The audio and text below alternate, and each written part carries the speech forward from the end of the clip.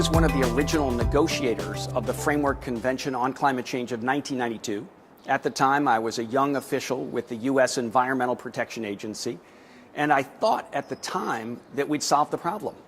But of course, that turned out to be wrong. And we made a mistake, several mistakes at that time. One was thinking that getting a treaty done was the equivalent of solving the problem. Now I realize that it matters much more how we change behavior, how we change on-the-ground action, and the current treaty framework doesn't really address that. So it was my conclusion, with some friends that were now part of this climate change dialogue, that we might infuse some fresh thinking into the conversation about how the world community comes together to address climate change. And I think that's the spirit of the Yale Climate Change Dialogue, is to bring thought leaders from around the world, some dozens and dozens of them all across the world, to think together about how we change the trajectory of the world conversation. And I think that has begun to happen. Il existe d'autres voies complémentaires qui peuvent aider à la négociation et peuvent presque la suppléer, en tous les cas, ajouter d'autres acteurs à la négociation. Pourquoi? Tout simplement parce que cette histoire de changement climatique, on n'arrivera à lutter contre le changement climatique que si toute l'économie mondiale s'y met. Ça ne peut pas être uniquement une affaire comme ça, à la fin du chapitre, un petit chapitre de plus. Non, non, tout le bouquin doit être réécrit. Donc c'est l'économie mondiale.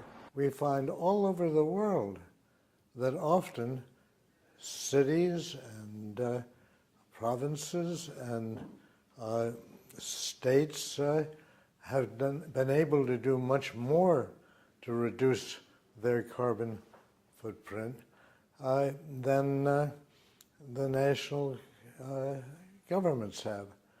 So this isn't to displace, to have a successful agreement, the nations have to agree on something, but viewed by the past performance, and I've been to 5 of what they call the Conference of the Parties to the climate change agreement that was reached many years ago, and they've all been inconclusive.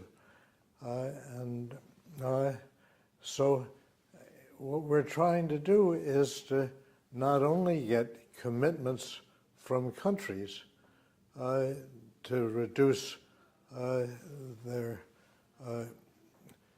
greenhouse gas emissions, but we're trying to have included the states and the provinces and the local governments and the private sector, because a lot of companies now realize that their business is going to be drowned. Et on ne peut pas parler d'avenir des peuples sans se doter des meilleurs experts et des meilleures pratiques. Donc nous avons décidé de le rejoindre, nous allons avoir plusieurs manifestations ensemble, nous allons avoir de l'action ensemble, et j'espère bien pendant la COP21 avoir un éclairage tout particulier sur notre partenariat.